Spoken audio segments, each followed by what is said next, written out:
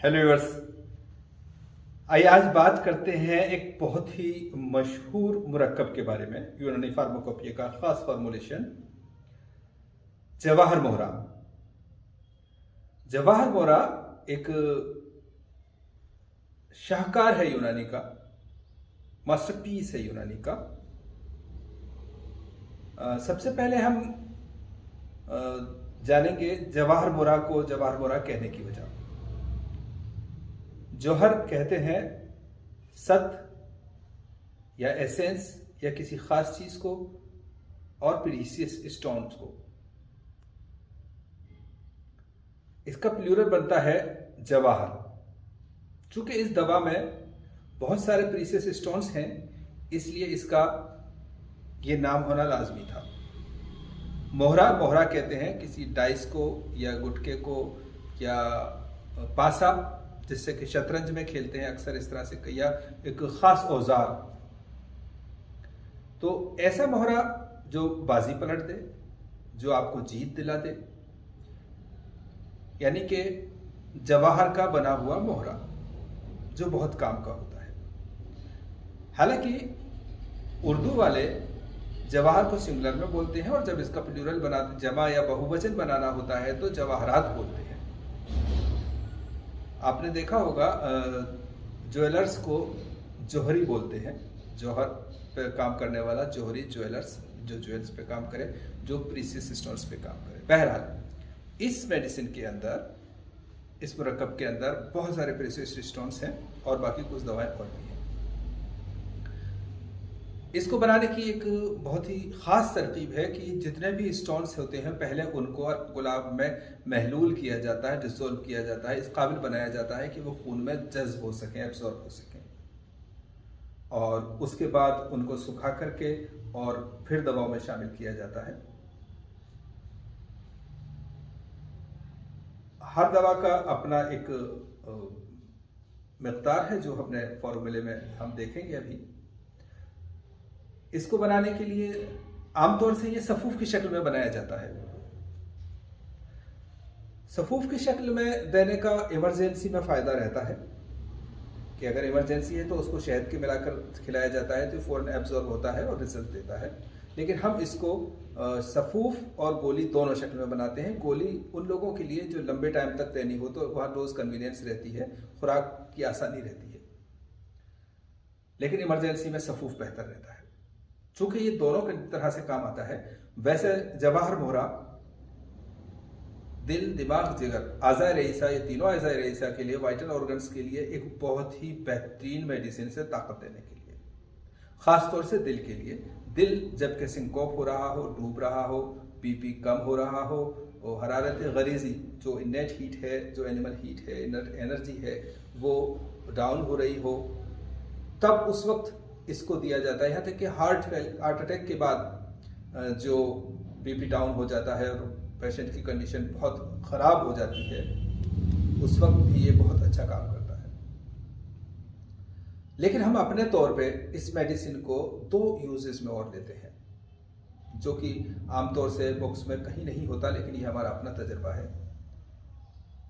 Vitamin D की कमी को पूरा करने के लिए और विटामिन B12 की कमी को पूरा करने के लिए। चूंकि अक्सर गैस्ट्राइटिस या जूडिनाइटिस या एच पाइलोरी के केसेस में विटामिन डी और विटामिन B12 की कमी, B12 की कमी अक्सर होती है। तो वहाँ पर हम विटामिन डी के लिए ख़ास तौर से इसे देते हैं, और विटामिन डी के लिए हम दूसरी और माजून भी देते हैं। हालांकि ये भी काफ़ी हद तक काम करता है, लेकिन बहरहाल विटामिन B12 के लिए दूसरी ख़ास माजून भी दी जाती है।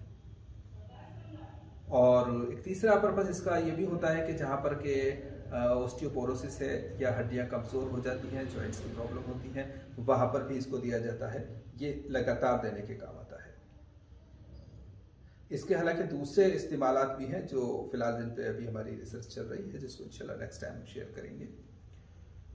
लेकिन आमतौर से जो यूनानी फार्माकोपिया में या यूनानी मुरक्कबात में जो इसका जिक्र मिलता है, वो दिल, दिमाग और जिगर की कमज़ोरी के लिए होता है। ख़ास तौर से दिल की, जहाँ पर कि पेशेंट कमज़ोरी की वजह से बेहोश हो जाता है या उसका बीपी बहुत ज़्यादा डाउन रहता है, ऐसी हालत में इसको इस्तेमाल करते हैं।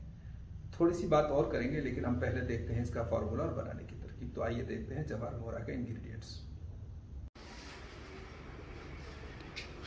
लीजिए व्यूअर्स, देखिए नुस्खा जवाहर मोहरा, और आप देख रहे हैं जवाहर और बाकी अदविया।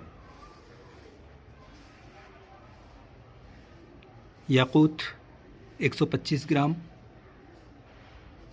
ज़मरुद 25 ग्राम, लाजवर्द 25 ग्राम, फ़िरोज़ा 25 ग्राम, अकीक 12 ग्राम,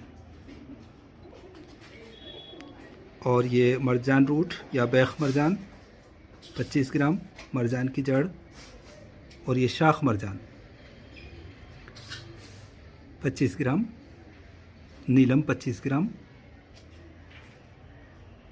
और ये मरवारीद 50 ग्राम, और ये चांदी के वर्क की गड्डियाँ, तबाशीर 25 ग्राम, जदवार 25 ग्राम, मोमियाई या सलाजीत 25 ग्राम, जहर मोरा 25 ग्राम,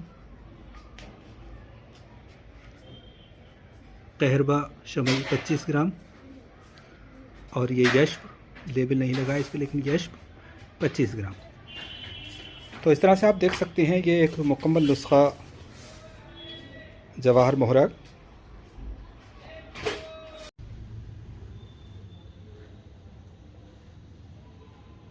तो डिवीवर से भी आपने देखा बनाने की तरकीब। पूरी दिन दिखाना मुमकिन नहीं था, जैसा कि हमने बताया सारे पत्थर को अलग अलग महलूल किया जाता है और उसके बाद इनको वज़न करके शामिल किया जाता है, और फिर उसके बाद हम गोलियां बनाते हैं।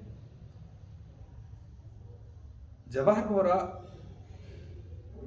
एक ऐसी दवा है, मैं बहुत ही कम दवाओं के लिए कहता हूँ, जवाहर मोहरा उन चंद दवाओं में से एक है जो कि हर घर में होनी चाहिए, ख़ास तौर से वहाँ जहाँ करके बुजुर्ग हों, बूढ़े लोग हों और उनको कमज़ोरी हो, जिन लोगों का बीपी कम रहता हो, जो बेहोश होते हों या घबराहट बेचैनी रहती हो।